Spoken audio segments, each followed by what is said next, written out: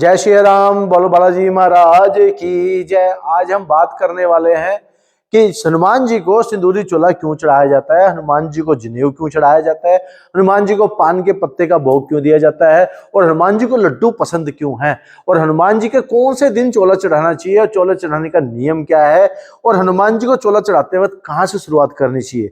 सबसे पहले आप देखिए, हनुमान जी को ये चोला, ये सिंदूर, ये ऐसा रंग क्यों पसंद है। इस प्रकार से हनुमान जी ये शिक्षा प्रदान करते हैं कि अपने इष्ट देव की जब आप पूर्ण रूप से भक्ति करते हैं तो आप लोगों की परवाह नहीं करते। जिस प्रकार से सीता माता ने एक बार कथा में बताया था कि सीता माता जी ने सिंदूर लगाया था, और सिंदूर लगाने के बाद हनुमान जी ने जिज्ञासा वक्त पूछा कि हे माता, आपने सिंदूर लगाया है, ये क्यों लगाया है, इसका कारण क्या है। तो हनुमान जी ने, जो सीता माता ने कहा कि देख पुत्र, इससे क्या होता है कि श्री राम जी की जो है आयु लंबी हो जाती है।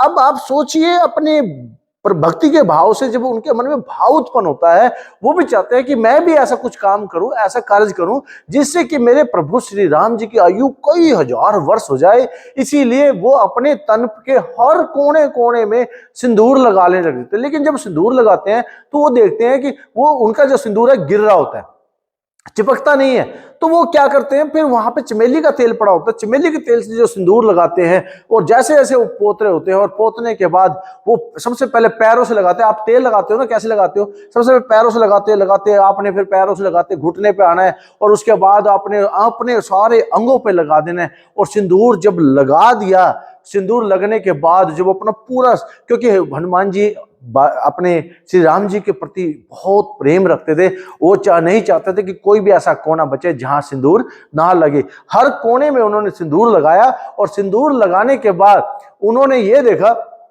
कि वो दरबार में चले गए, मस्त मौला होकर के चले गए, परवाह नहीं करी उन्होंने। सभी दरबारी लोग हंसे, सभी आपके ऊपर भी हंसेंगे जब आप भक्ति भाव में जाएंगे। लोग कहेंगे ये कर रहा है, वो कर रहा है, ऐसे हनुमान जी को भी कहा। लेकिन हनुमान जी ने परवाह नहीं करी।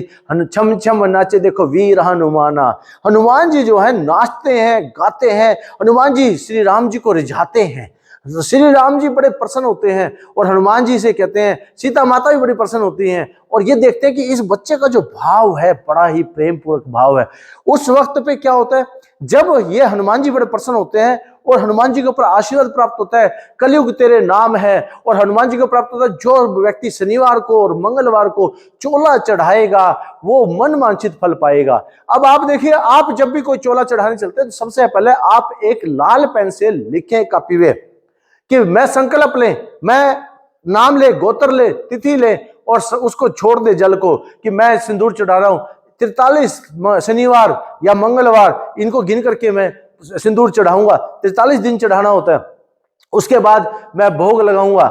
यहां पे जब आप हर शनिवार को या मंगलवार को कोई एक दिन निश्चित कर लें, उस दिन आप सिंदूर चढ़ाएं। सिंदूर पे क्या करना होता है, आपको सिंदूर लेना है, चमेली का तेल लेना है, और जब सिंदूर चढ़ाएं तो पान का पत्ता जरूर होए, 2 लड्डू जरूर हाउस में होए। कहते हैं 12 साल, और ये बोलना अपने, 12 साल का वीर जवान, हाथ में लड्डू मुख में पान, मेरी मुश्किल करो आसान, जय बजरंगी जय हनुमान। जब इस प्रकार से आप देखेंगे और आप सिंदूर चढ़ाएंगे, सिंदूर हमेशा पैरों से चढ़ाना होता है, पैरों से चढ़ाते चढ़ाते, और इस प्रकार से यहाँ चढ़ा के उसके बाद नया जनेऊ जो है उनको धारण करवाएं, और एक जनेऊ अपने घर पे ले जाएं, अपने पितरों को वहां पर करवाएं।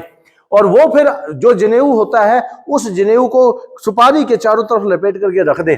और आप देखेंगे लास्ट समय पे जब आप उद्यापन करते हैं सिंदूर के चढ़ाने के बाद, तब आपने करना होता है एक महत्वपूर्ण काम। आप जिस वक्त सिंदूर चढ़े थोड़ा सा सिंदूर मांग के लें, और मांग के लेने के बाद आप कहें कि हे बालाजी महाराज, आप मेरे घर में आने विराजें। और आप जब ये चीज मांग करके लेंगे, आप देखेंगे आपके घर पे अपार कृपा होगी।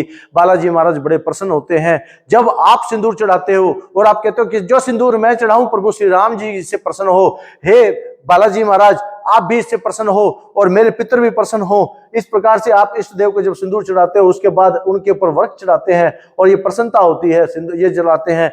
तो कहते हैं, एक भजन भी सुना होगा, सिया जी से पूछ रहे अंजनी के लाला, मांगे में सिंदूर मैया किस लिए डाला, मांगे में सिंदूर मैया किस लिए डाला। इसी प्रकार से आप भजन सुनेंगे, उस भजन में भी आपको ये नजर आएगा ये सारा सिंदूर का क्या महिमा है। सिंदूर आपका बचता है उसको बर्तन के अंदर रखें और बर्तन के अंदर रखने के बाद आप उसे इकट्ठा करें और इकट्ठा करने के बाद उसके अंदर एक सुपारी रखें और जनेऊ रखें और डब्बी को बंद कर दें और पूजा स्थान पर रख दें और आप लगातार इस मंत्र का जाप करें, ओम श्री हनुमते नमः, ओम श्री हनुमते नमः, ओम श्री हनुमते नमः।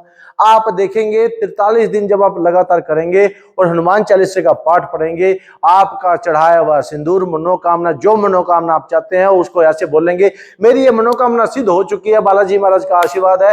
आप 100% गारंटी देता हूं वो मनोकामना सिद्ध होगी। हमारा अनुभव है, जिन लोगों ने चोला चढ़ाया है, सिद्ध चढ़ाया, अपनी मनोकामना को लाल पेन से लिखा है, उनकी मनोकामना संपूर्ण हुई है। आशा करते हैं गुरु के धाम चैनल को आप लाइक करेंगे, शेयर करेंगे, सब्सक्राइब करेंगे। बोल बालाजी महाराज की।